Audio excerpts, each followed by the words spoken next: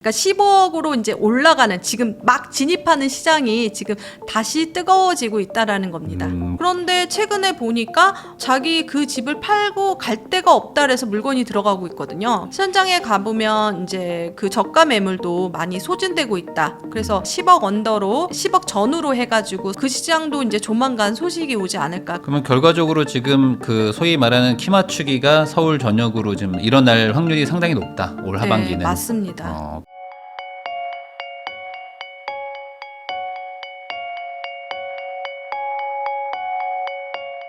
IMF님하고 이야기 나누고 있는데요. 그러면은 이제 대책이 뭐 나온다고 치고 그 다음에 이제 하반기에 그러면 어떻게 될까를 좀 전망을 해봐야 그래서 지금 집을 살지 아니면 조금 기다려볼까 이걸 좀 결론이 좀 날 것 같은데 그 세금 막 중과 안 하고 예를 들어 이제 대출 규제가 아마 제일 현실성이 높을 것 같은데 네. 그럼 대출 규제를 하고 뭐 조정 대상 지역만 늘리고 막 이렇게 하면 그 과거 문재인 정부 때 했던 거랑 또 약간 비슷하게 가는 것도 있잖아요. 네. 그럼 이렇게 되면은 정말 정부가 말하는 대로 집값이 조금 안정화가 되는 건지 아니면 예전처럼 또 막 풍선 효과 일어나서 막 조정 대상 지역 막 계속 늘리고 이런 쪽으로 가게 될지 뭐 어떻게 보십니까? 규제를 하고 그 지역에 이제 바운다리 이렇게 다 정하면 당연히 풍선 효과는 있고요. 지금 풍선 효과 있잖아요. 토호제 아닌 지역에 지금 마포, 성동, 분당 같은 경우는 너무 뜨겁고요. 그 밑단은 이제 또 열기까지 가게 되니까 어차피 풍선 효과는 계속 존재한다라고 보는데 이게 지금 계속 과열되어 있는 시장을 그냥 내비둘 수는 없는 것 같아요. 네. 그래서 그것도 생각하고 있지 않을까. 또 풍선 효과가 가지 않기 위해서 어떤 장치를 해야 되지 않을까. 그렇게 생각하고 있지 않을까 그런 생각이 들어요. 근데 대출 규제를 하면 네. 사실 이제 집을 당장 못 사게 만들 수는 있지 않습니까? 네, 맞아요. 뭐 대출이 갑자기 막 3억, 5억이 줄어버리면 네. 못 사니까. 근데 그렇다고 해서 그러면 안 살 거냐? 왜냐면 이제 집값이 더 올라갈 것 같으면 그럼 아직 대출 해주는 동네로 가서 그거라도 그래요. 좀 잡아놔야겠다 이런 생각들도 하신단 말이죠. 네. 그러니까 이게 그 풍선 효과를 안 일으킬 수가 있을까? 없죠. 없는데 지금 대출만이로 집을 사는 게 아니라 우리가 또 네버러지 갭이 있잖아요. 전세 끼고 전세 사니까 끼고 또. 사는 것도 있기 때문에 대출 규제가 있다고 하면 뭐 전세 갭 투자로 이렇게 집을 살 수가 있기 때문에 이런 부분을 조금 생각을 해볼 수가 있는 거죠. 그러면 뭐 하반기에도 특별한 어떤 뭐 엄청난 변수가 없는 한 집값 상승 쪽으로 좀 봐야 될까요? 상승하는데 그냥 이 기조대로 하면 상승이에요. 근데 네. 이제 그 상승을 누르는 게 이제 규제겠죠. 어떤 규제가 나오느냐에 따라서 틀려질 것 같아요. 그래서 한 치 앞을 내다볼 수가 없습니다. 사실은. 그러니까 얼마나 강력하고 극단적인 게 나올지 그게 모르니까. 나오니까 한두 번 겪은 게 아니래가지고 그거에 대해서 이제 조심을 해야 되는데 저는 이제 어떤 부분이냐면 소득이 되고 지금 자본이 있어서 갈아타기를 준비하시는 분들 같은 경우에는 빨리 하시는 게 제일 좋을 것 같다라는 생각이 들고요. 왜냐면 갈아타기 할 때 지금 잘못하면은 내 집이 안 팔릴 수가 있거든요. 네. 그렇기 때문에 그런 부분이 또 있어서 이렇게 갈아타기 하시는 분은 그렇게 하고 무주택자 같은 경우에는 작은 계획을 세우는데 대출이라는 게 이제 영끌이라고 하죠. 네. 그렇게 해서 무리해서 하는 거는 조금 비추고요. 왜냐면은 제가 이제 그동안에 봤을 때 그렇게 하시는 분들이 나중에 조금 힘들어 하시는 경우도 있더라고요. 아무리 집값이 올라도. 왜냐면 집값이 정체될 수가 있거든요. 네. 그럼 마음에 이제 그러다가 나중에 오를 수는 있지만 그래도 내가 갖고 있을 때 계속 이자를 내는데 막 계속 떨어진다라고 하면 마음고생하면서 그래서 손절하는 경우도 많거든요. 네. 그래서 그런 부분은 조금 조심해야 되지 않을까 싶습니다. 그러면 지금 뭐 소위 말하는 막 뜨겁다고 하는 곳들, 막 순식간에 막 몇 억 올라간 것들 이런 데들이 사실 다 좋은 동네다 보니까 이런데 원래 살고 싶고 사고 싶었는데 막 순식간에 막 2, 3억 올라버린 거예요. 그러다 보니까 기다리면 좀 내려오겠지라는 마음도 반. 근데 더 올라가면 이제 진짜 못 사는데 하면서 지금이라도 사야 되나 뭐 이런 생각도 드실 텐데 추격 매수 지금 어떻게 뭐 추격 매수 해야 됩니까? 아니면 지금은 조금 지켜봐야 될까요? 어떻게 보세요? 추격 매수 같은 경우에는 지금 말을 못 하겠어요. 이게 왜냐면 더 오를 수도 있는데, 근데 이제 어떤 그 자산의 상태를 파악해서 지금 해도, 예전에 제가 투자를 할 때, 진짜 좋은 지역 같은 경우에는, 남편이 그거 떨어질 것 같은데 왜 사? 지금 추격 매수하지 마. 이렇게 얘기했는데 제가 농담 삼아 그랬거든요.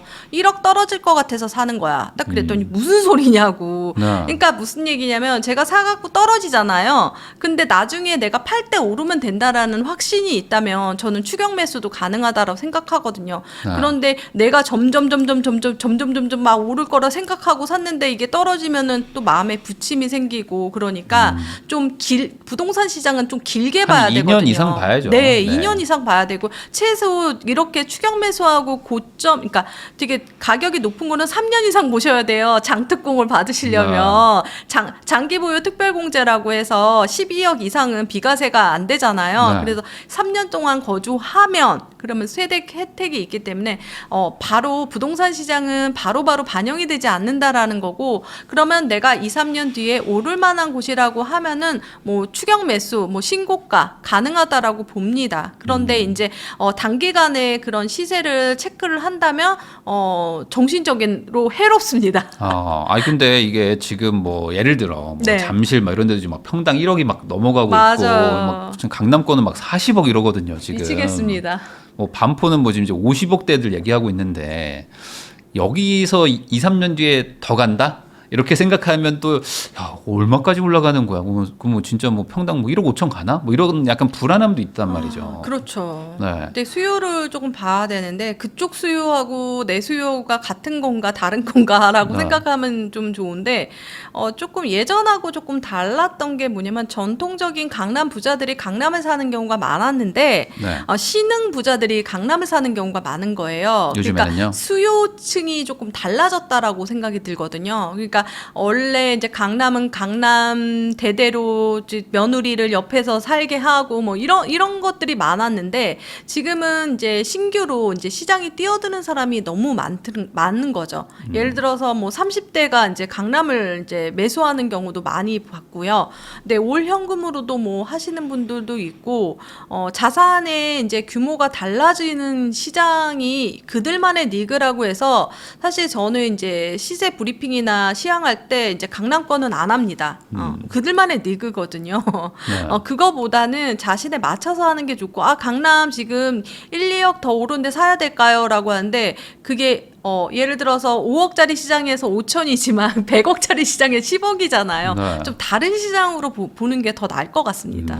그러니까 강남권은 뭐 투자 수익률 개념보다는 아니에요. 그냥 네. 거기 살고 싶으시면 사는 거고. 네, 그런 사람이 있다. 네. 이게 더 오를 것 같아서 산다라는 개념보다는 원래 이제 그런 트로피 아파트라고 하죠. 그곳에 이제 가지고 소유하는 어떤 피규어 같은 느낌으로 네. 매수하시는 분들도 있고 그리고 또 나는 거기 산다. 매수했다. 이런 것들의 훈장을 또 생각하는 분이 있어서 시세 차익하고는 조금 다른 양상을 보이고 있어서 조금 다른 시장이라고 보시는 게 더 마음 편할 것 같아요. 맞아요. 제가 아는 분도 그 강남에 집 사자마자 바로 한 게 주민증을 바꿨어. 바로 그냥. 새로 재발급 받아. 맞아. 거기 주소 바꾸려고. 강남구가 나와야 돼요. 그래서 뭐 그런 기분으로 하시는 거는 뭐 가능하지만 투자적으로 보기에는 사실 지금 너무 많이 오르겠어요. 오르고 그거를 추격 매수해서 얼마나 더 오를까라는 확신이 없는다면 그분들이 오를 만해서 사는 게 아니거든요. 오를 것 같아서 사는 게 아니라 보면은 그냥 사는 거예요. 그냥 사놓으면 뭐 손해는 안 보겠지 보겠지라고 뭐. 생각하시는 거고 어차피 자산이 있으니까 그렇게 하고 뭐 법인이라면은 뭐 건물 비싼데 왜 사? 근데 아시잖아요. 네. 법인세 때문에 하고 건물도 왜 멀쩡한데 부수고 뭐 이렇게 대수선을 하지? 그러니까 그 세금 때문에 그런 거잖아요. 그러니까 네. 좀 다른 시장이죠. 거기 고가 시장은 조금 너무 마음에 부침이 심하면 안 보시는 게 더 좋다라고 생각이 듭니다. 그러면 오히려 지금은 약간 뭐 소위 말하는 뭐 중하급지 뭐 이렇게 네. 말하는 아직은 안 올라가고 있는 네, 뭐 네. 아직은 뭐 그렇게 막 뜨겁지 않은 곳을 보는 게 차라리 낫다. 차라리 그게 이제 난데 그런데 이제 왜 이런 현상이 벌어졌냐면요. 뭐 신흥 부자도 있지만 두 번째로는 갈아타기 장세였습니다. 올 네. 상반기 때는 자기 집을 갈아타는데 당연히 상급지로 계속 계속 가는 거죠. 마포 팔면 강남 가는 거고 우스갯소리로 마포에서 강남 대치로 바로 안 간대요.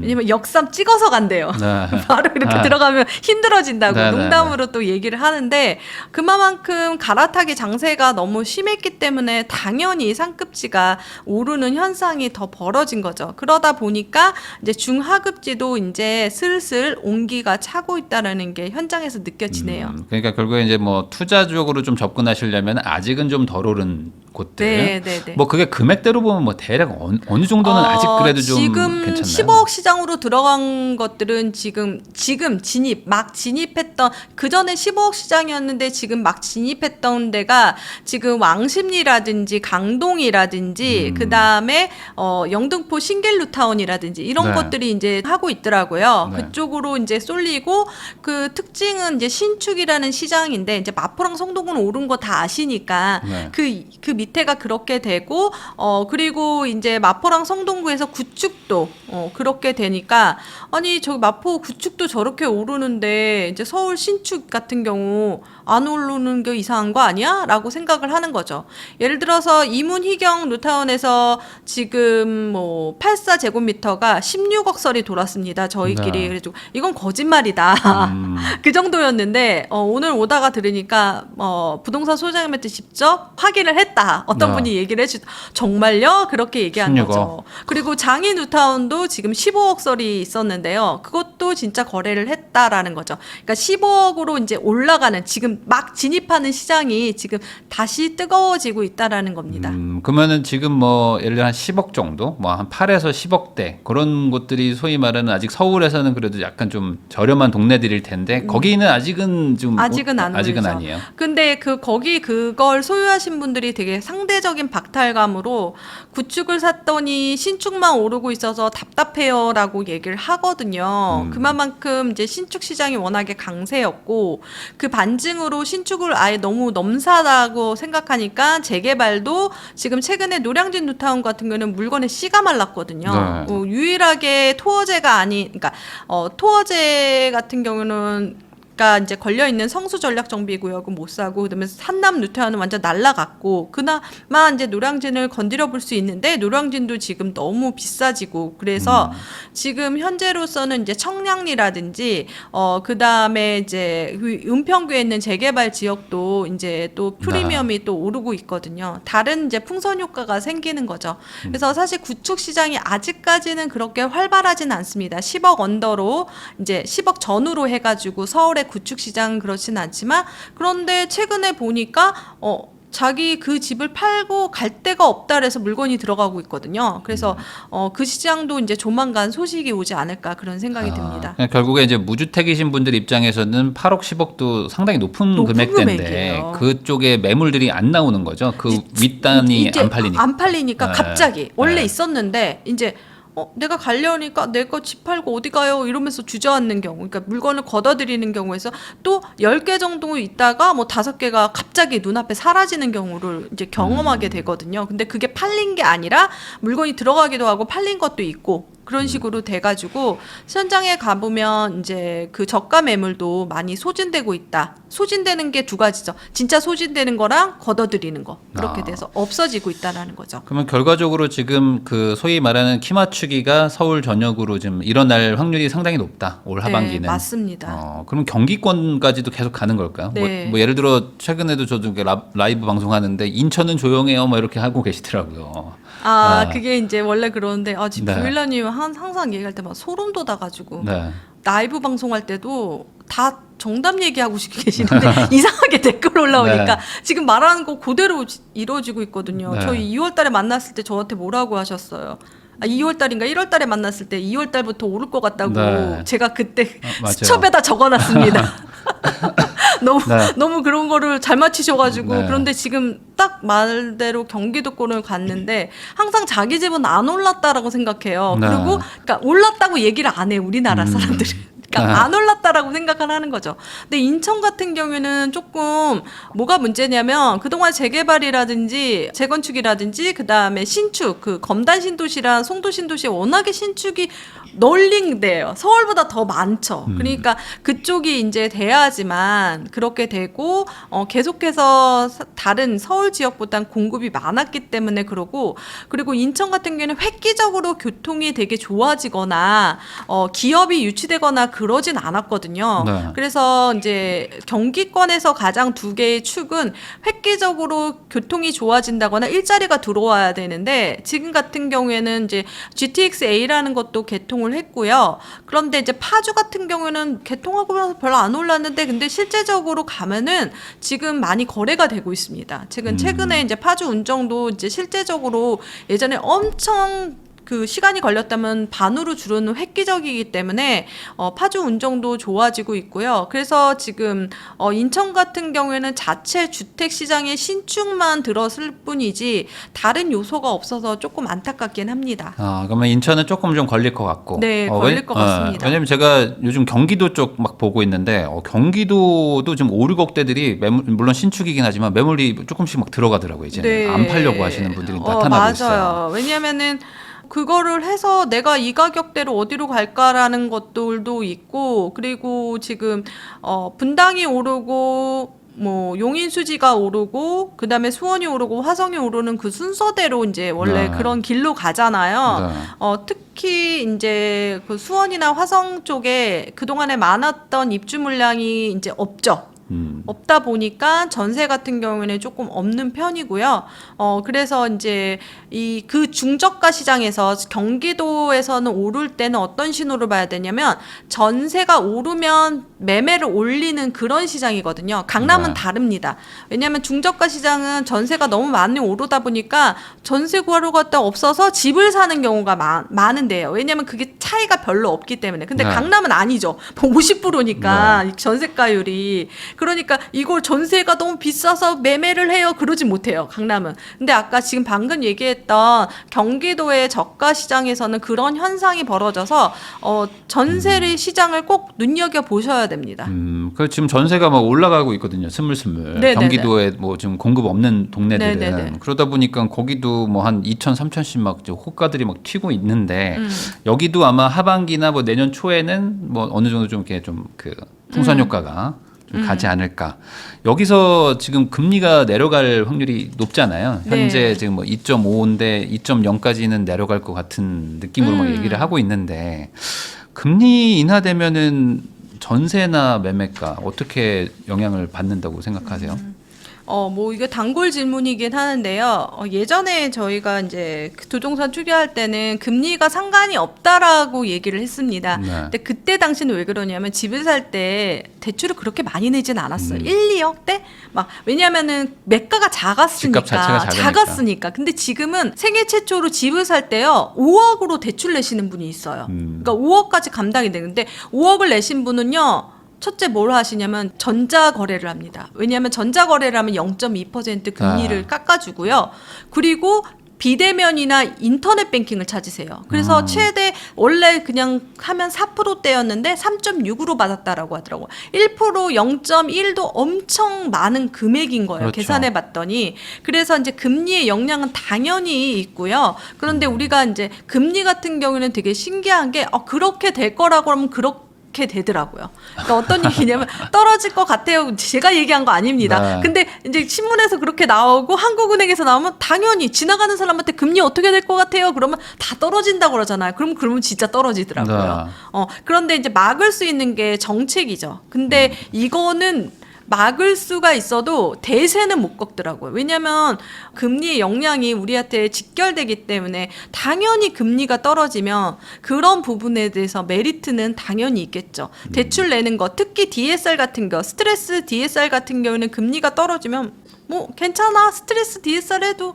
어차피 내가 지금 5억 낼 거 금리 떨어지니까 5억 낼 수 있네, 이렇게 되는 거죠. 그러다 보니까 아무래도 이제 대출도 뭐 규제를 한다고 하더라도 이제 대출 받는 여건 자체가 좀 좋아지니까 네. 시장에 또 돈이 또 돌 거고 그러면 이게 고가 주택들은 대출 규제를 좀 하더라도 중저가 시장까지 대출 규제를 하기가 쉽지는 않을 거 아닙니까? 이 정책 자금도 있고 그럼 오히려 한 10억 이하대가 차라리 유망하다 이렇게 볼 수도 있는 걸까요? 여기서 정책 자금 되게 잘 얘기하셨는데 이번 이재명 정부에서 정책 자금을 새로 만들겠다라는 게 나왔었어요. 네. 그래서 새로운 정책 자금을 하겠다라고 생각이 드는데 이 대출 규제가요. 그냥 단순하게 이제 DSR 뭐 이런 것도 있지만 은행 자체적으로 문을 닫아버리는 거죠. 그러니까 예를 들어서 뭐 나라에서 빵을 야 300원에 공급해 딱 그랬는데 네. 300원도 하기 싫다. 문을 닫아버리는 거죠. 네. 우리 요즘에 많이 일어나잖아요. 대출 상품이 없어지고 있어요.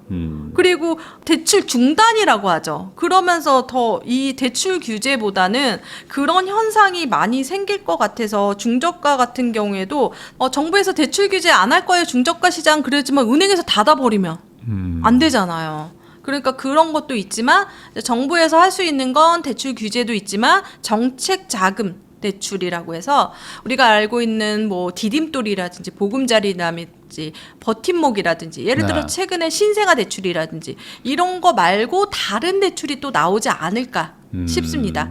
예를 들어서 그 임대에 대한 공급에 대해서 되게 확고한 의지가 있으신데 그 임대 같은 경우에는 이제 보증금 플러스 월세 개념으로 가는 것들이 많잖아요. 그럼 보증금에 대해서 대출을 내준다거나 지금 또 내주고 있지만 또 파격적으로 내준다거나 이런 것들이 또 생겨나지 않을까 그런 생각이 듭니다. 그러니까 결국에 지금 뭐 전월세 시장 쪽에서도 대출 그리고 이제 집을 살 때도 대출이기 때문에 결국에 정부는 대출을 가지고 뭔가 이렇게 수요를 조절하려고 할 것 같기는 하더라고요. 네, 근데 네, 아무래도 이제 중저가 시장까지 규제하면은 너무 반발이 커지니까 네, 규제는 안 고가 하는데. 쪽으로는 고가 쪽으로 좀 규제를 하지 않을까 그렇게 좀 볼 수 있다는 거죠. 규제는 안 하는데 은행에서 자체적으로 문을 닫지 않을까 그런 염려는 됩니다.